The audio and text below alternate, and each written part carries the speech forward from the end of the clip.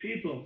But Walter Reed is an incredible place, and these 11 guys came in today. They showed me stats. It's amazing. I don't know that I would have. I don't know that I was not in the greatest of shape. A day later, I was fine, maybe perfect, but I was fine. But a couple of days later, and now I'm free. I feel perfect. I'm not taking anything. I'm off any regimen that they gave. It's it's the most amazing thing, and it's not remdesivir. Maybe that helps a little bit, but remdesivir is from not the same thing. This is stuff that is so good. It just wiped out the virus.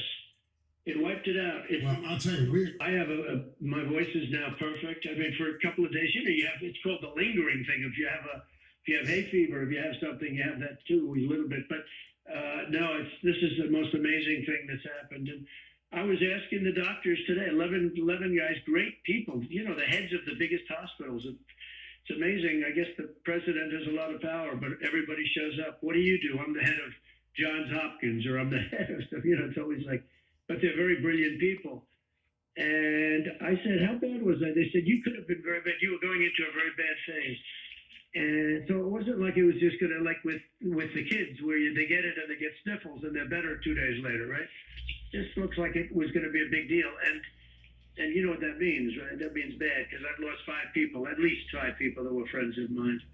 One in particular, like an incredible guy who went into the hospital. He was dead within 3 days. And I'm just saying that we have something that will cure this now, and a cure. And without us, without Trump administration, this would never have happened. We poured money into these cures, and we poured money into the vaccines.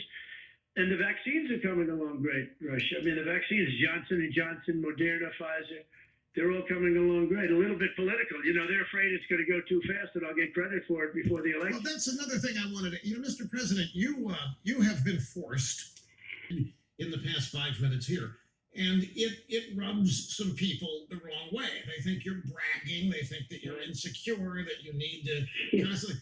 Would you explain to people why you find it necessary to tout your successes rather than let somebody in the White House or a PR type operation do it for you? Why do you find it necessary to do yourself? As an example, I was nominated for 2 Nobel Peace Prizes. Three now. Some guy from Italy is nominated. Oh, that's good. Well, it won't be written about.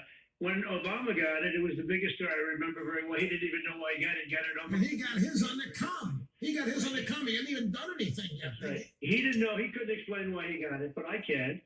And one is Middle East peace without any blood. Okay. And by the way, countries are lining up. The other is, if you look at Kosovo and Serbia, they've been killing each other forever.